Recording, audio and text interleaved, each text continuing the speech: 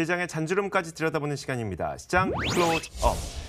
자, 오늘은 시황맨의 시장 타파 시간이 준비되어 있는 날인데요. 오늘도 팟캐스트 시황맨의 주식 이야기 블로크 이동훈 대표와 함께 이야기를 나눠보도록 하겠습니다. 어서 오세요. 예, 안녕하세요. 제가 소개 잘해드렸죠. 예. 필요하신 분들은 뭐 팟캐스트로 들으셔도 되는 거고요. 예. 알겠습니다. 저도 참 많이 듣고 있는데 이동훈 대표랑 이 얘기를 꼭 해보고 싶었어요. 미국 증시 지금 어떤 상태인가. 사실 빵 주식 가운데 살아남은 주식이 없는 것 같고요. 그 가운데 최근에는 애플 주가가 엄청나게 밀렸습니다. 얼마 예. 전까지만 해도 $240 갔던 게 지금 $170 밑으로 내려왔나요? 예. 그 정도쯤이죠? 예. 왜 이렇게 된 걸까요?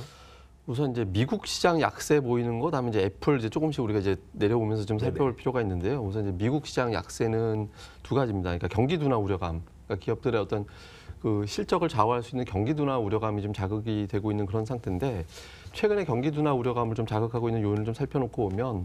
첫 번째는 최근에 나오는 경제 지표들이 그렇게 썩 좋은 편은 아니고요. 내년도 성장률 전망치도 좀 내려가고 있습니다. 그런데 주택 지표가 최근에 부진하게 나오고 있거든요. 뭐 주택 관리 지수라든가 이런 것들이 9.11 이후에 최저치를 기록한다든가 최대 하락폭을 기록한다든가 이런 형태로 나오고 있고, 또 실제 또 주식 시장도 많이 내려왔잖아요. 근데 이 두 가지 요소가 하락하는 게 좀 문제가 될 수 있는 게, 이제 미국 경제의 대부분은 소비다 이렇게 보는데, 자산 가치가 떨어지게 되면 소비는 위축될 수밖에 없는 그런 상황이 만들어지거든요. 그렇죠. 그러니까 집값이 떨어지게 되면 주머니가 굳어버리죠. 지갑을 못 열죠. 그러기도 하고, 집값 떨어지는 상태에서 부채에 대한 이자는 계속 나가야 되는 상황이 생기기 때문에, 또 금리는 또 올라가게 되니까 부채 이자는 또 늘어나게 되거든요. 그러니까 이런 부분들에 대한 위축, 그리고 주식시장도 내려왔기 때문에 쓸 수 있는 돈의 여유가 줄어들게 될 것이다. 그러니까 이런 부분들이 미국의 어떤 경기 둔화 우려감, 이런 부분들을 좀 자극하는 거고요. 또 한 가지는 그동안의 미증시의 상승을 주도했던 우리 이제 IT 테크주들 대부분 보면 우리가 팡 종목이라고 얘기를 합니다만은, 뭐 페이스북이라든가 아마존이라든가 애플이라든가 이런 종목군들이 하나하나마다 또 좋지 않은 사연들을 다 가지고 있거든요. 예를 들어서 애플은 가격 정책의 실패라고도 볼 수 있을 것 같은데, 최근에 애플 생산 제품에 대해서 한 3분의 1 정도 생산 계획을 축소할 것이다. 그러니까요. 이런 얘기 나오고 있죠. 그러니까 중국의 어떤 견제라든가, 다음에 이제 또 달러 강세에 따른 어떤 부담들, 이런 것들에 따른 부담으로 이제 애플이 밀리는 그런 형태가 만들어지고 있고, 페이스북 같은 경우는 이제 정보 유출이라든가 이런 부분들 때문에 이제 보안을 강화해야 되기 때문에 이건 비용 증가 측면이 좀 되거든요. 그래서 여기에 따라 실적에 대한 우려감 이게 있고, 아마존 같은 경우는 배달하는 과정에서 너무 폭리를 취하고 있는 거 아니냐. 그래서 이제 이 가격을 올려야 된다. 이렇게 되면 또 아마존의 어떤 부담이 될 것이다. 이런 분석들이 있거든요. 이러다 보니까 지금 차트 보고 계신 게 주요 5대 기술주에 대한 주가 추이인데, 강하게 올라가는 흐름이 나오다가 이제 빠지면서 계속 내려가고 있거든요. 8월부터 다 빠지네요. 예, 특히 이제 잘 보시면 오히려 연중 기준으로, 그러니까 1월을 0으로 봤을 때 이제 올라갔다 빠지는 결과를 보는 건데, 밑에 두 종목은 오히려 마이너스로 이제 내려가 있습니다. 페이스북하고 우리가 이제 구글, 알파벳이라고 얘기합니다. 이제 구글 두 종목은 이제 연간 기준으로도 마이너스로 밀려 있는 상태거든요. 그래서 이런 기업들의 어떤 실적 부진 이런 것들이 어우러지다 보니까 미증시가 좀 견디기 힘든 그런 상황으로 왔던 것 같습니다. 앞으로는 어떻게 보세요? 지금까지 말씀하셨던 그 주택 시장, 미국의 주택 시장이 갑자기 좋아질 가능성이 있을까? 혹은 말씀하셨던 금리 인상은 뭐 계속 진행이 되는데, 금리 인상 계속 된다면은 뭐 내가 내야 되는 이자 부담은 계속 늘어나는 것 똑같고, 이 경기에 대한 불확실성과 그 앞으로 경기가 안 좋아지지 않을까에 대한 그 두려움은 계속 이어지는 거 아니에요? 앞으로 전망은? 근데 우선 이제 주택 지표를 잘 보면 그 어제 나온 지표 중에 이제 주택 허가 건수가 나온 게 있었는데요. 근데 이 지표는 좀 생각보다 또 괜찮았거든요. 그러니까 허가가 나야 이제 집을 짓는 거잖아요. 그렇죠. 그러니까 이런 부분들에 대한 문제라든가, 그다음에 미국의 주택 가격의 하락 속도라든가 이런 것들은 아직까지는 심각한 수준은 아닙니다. 그래서 예상치를 하회했다라는 것이지 뭐 경기 하강을 우려한다 이 정도 수준은 아니기 때문에 이 부분에 대한 걱정은 좀 덜어내야 될 것 같고요.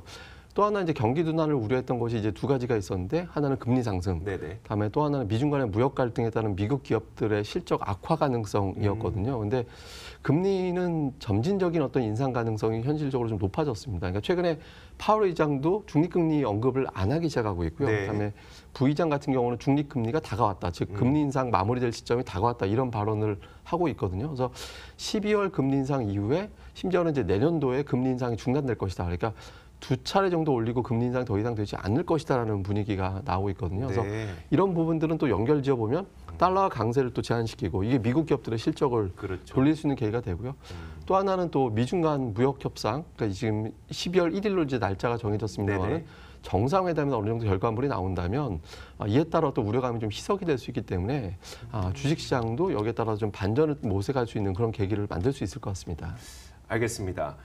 결국 지금 경기 둔화에 대한 우려감이 계속 남아 있는 것은 사실이나 거기에서 그러면 미국의 연준도 금리 인상 속도를 좀 조절하면서 경기가 너무 쉽게 꺼지지 않도록 해줄 것이고 미국과 중국의 무역 분쟁에 대한 우려감도 12월 1일쯤이 되면은 그래도 뭐 거기서 뭐 우리가 협상하겠습니다 이렇게 나오지는 않겠습니다만 그래도 불확실성이 많이 완화될 것으로 보면서 이제 증시가 또 어느 정도 위쪽으로의 힘을 갖지 않게 되지 않을까 이렇게 생각을 해주고 계시는 거네요. 예. 알겠습니다. 근데 지금 이 순간을 보면요, 사실 미국 증시 하락하는 거에 비해서는 한국 증시가 더 빠져서 그런지 조금 덜 빠지는 느낌이 나거든요. 예. 이건 왜 그런 걸까요? 사실 어제 같은 경우도 우리 증시는 오히려 코스닥은 상승 전환하기도 네네. 했었잖아요. 코스피도 어제 마이너스였지만 상승 종목 수가 더 많았거든요. 네. 그러니까 시장 분위기가 이제 이전보다는 조금 나아진 그런 상태죠. 근데 잘 보시면 우리 증시가 이제 11월 들어서 조금 나아지고 있습니다. 그리고 미국 시장 하락하는데 우리나라가 중국 시장을 좀 견디는 그런 모습이 나타나고 있거든요. 그래서 뭐 여러 가지가 있겠습니다만 우선적으로 한국과 중국 시장에 공통적으로 악재가 됐던 요인을 생각해 보면 무역 전쟁이었거든요. 근데 잘 보시면 무역 전쟁 이슈가 조금씩 완화되는 그런 분위기가 이제 11월 들어서 나오고 있습니다. 지금 차트 지금 보시는 게 증시를 한번 비교해 주시죠. 예, 한중일 그러니까 뭐 우리나라는 이제 코스피고요. 미국은 나스닥을 기준으로 했고요. 네. 중국은 상해 종합 주가 지수 기준으로 했는데 4월 이후에 이제 우리나라 증시가 가장 높습니다. 파란색이 우리나라거든요. 그러니까 가장 많이 빠지거나 남들 올라갈 때 못 올라갔었는데 5월 이후부터 계속 그랬거든요. 근데 지금 11월 들어서 보면 중국보다 우리가 오히려 더 올라가 있는, 물론 이제 중국이 이틀 전에 이제 2%대 급락했기 때문에 뒤집어졌습니다만은 네. 미국은 마이너스로 내려가 있는 상태인데 갈색이 미국입니다. 그리고 연두색선이 이제 중국인데 우리나라가 상대적으로 선전하는 그런 모습이 나오고 있거든요. 근데 그 계기를 잘 생각해 보면 첫 번째는 뭐 말씀드린 대로 미국과 중국 간의 무역 갈등의 완화. 또 시기적으로 보면 시진핑하고 다음에 이제 트럼프, 이거 순서를 바꾸면 또 안 된다고 그러던데 트럼프하고 시진핑이라고 이제 우리나라하고 친한 나라 순서대로 해야 된다고 하던데 어쨌든 두 사람의 통화가 이루어지고 나서부터 분위기가 좀 달라졌거든요. 네네. 그러니까 이런 분위기가 결국에는 타결에 가까워지지 않겠느냐. 그리고 어제 같은 경우도 미증시가 급락을 했을 때도 애플 때문에 빠진 거지 무역 갈등 관련해서 새롭게 강하게 부각된 건 없었거든요. 네, 네. 그러니까 오히려 뭐 당국자들별로 좀 유화적인 발언을 한다든가 강경 발언을 하는 나바로가 이번 정상회담에 배석하지 않는다든가 이런 내용들이 나오고 있거든요. 그래서 이런 갈등에 대한 우려감이 이제 둔화가 된 게 하나가 있고요. 또 하나는 이제 시장의 큰 불확실성 중에 하나로 인식됐던 게 이제 삼성바이오 이제 로직스 문제였는데 삼성바이오로직스가 어쨌든 거래 정지가 됐죠. 그러니까 분식회계가 맞다 이런 식으로 이제 1차적으로 이제 결론이 나면서 됐는데 이게 이제 불확실성 해소가 되면서 그 사이 바이오주들이 상당히 강했습니다. 그렇죠. 예, 바이오주 강하게 앞 셀트리온 헬스케어, 특히 셀트리온 헬스케어는 합병 이슈까지 더해지면서 상당히 강하게 움직였거든요. 그래서 상대적으로 그 기간 동안에 이제 많이 올라갔던 게 이제 제약 바이오주들이 역할을 좀 했었는데 이런 어떤 업종별의 어떤 변화 이 두 가지가 어우러졌고요.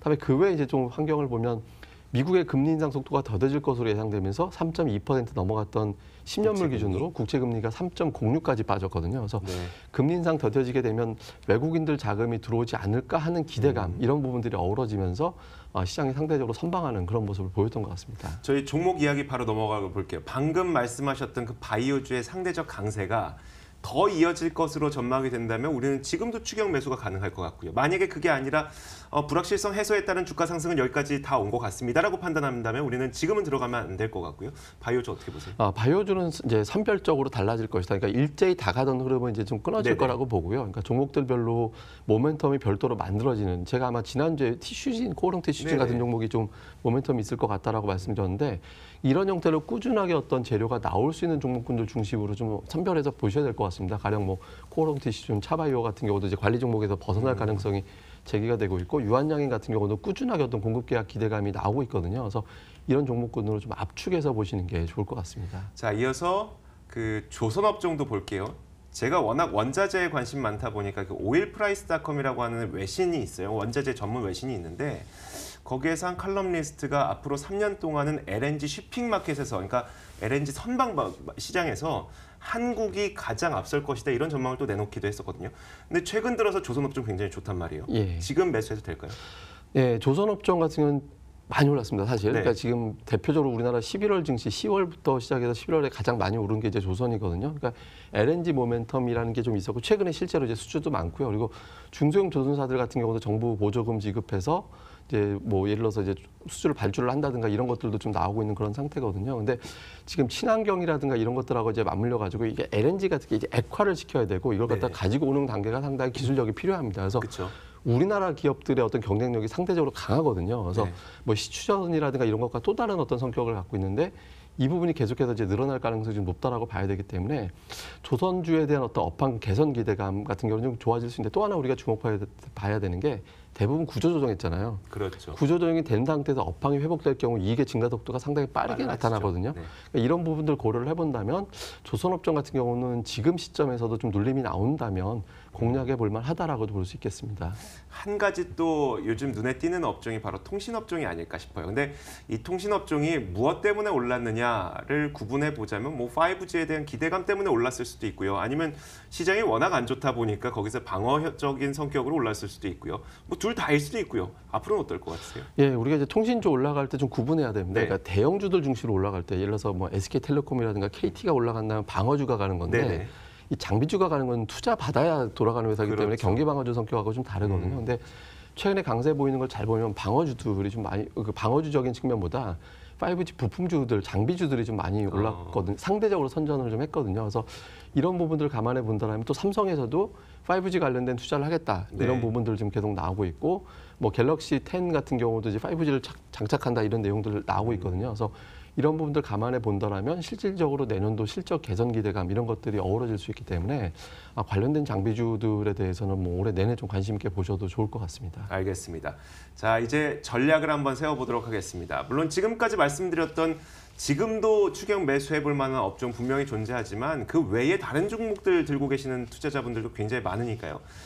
요즘 굉장히 뭐 지지부진하기도 하고 등락도 많이 있습니다. 국내 증시에 대한 투자 전략 좀 간략하게 세워주시죠. 예, 뭐 상당히 좀 지루한 국면이긴 한데요. 근데 이제 만약에 무역 관련된 협상이 원활하게 진행이 된다면 전격적으로 타결은 쉽지 않을 겁니다. 근데 유화가 된다면 외국인들 자금 유입이 가능해진다라고 보고 외국인들 매수가 들어온다라면 상대적으로 시가총이 높고 경기 민감 중에서 수출형 종목들의 매수가 들어올 가능성이 높거든요. 많이 빠져 있습니다. 그러니까 그렇죠. 이런 종목들에 대해서는 꾸준하게 관심 있게 볼 필요가 있는데 구체적으로 살펴보면 IT, 그다음에 화학, 오늘 자동차가 이제 리콜 문제로 좀 많이 빠지고 있는데 이 문제가 진정된다라면 네. 자동차 포함해서 경기 민감 수출 대형주들 그러니까 이런 종목들과 여기에 이제 공급하는 업체들 뭐 계속해서 관심 있게 보시는 것도 좋겠습니다. 알겠습니다. 자, 이렇게 저희가 시장에 대한 전망과 전략까지 세워봤습니다. 세부적인 그 업종별 대응 전략도 세워드렸으니까요. 오늘 말씀드렸던 내용들 잘 가슴 깊이 가져가시면서 투자에 성공하셨으면 좋겠습니다. 자, 지금까지 블로크 이동훈 대표와 함께 시장 클로즈업 시간 진행을 해봤고요. 저희 탐나는 주식 2PM도 여기서 함께 인사를 드리도록 하겠습니다. 오늘 시청해주신 여러분 고맙습니다.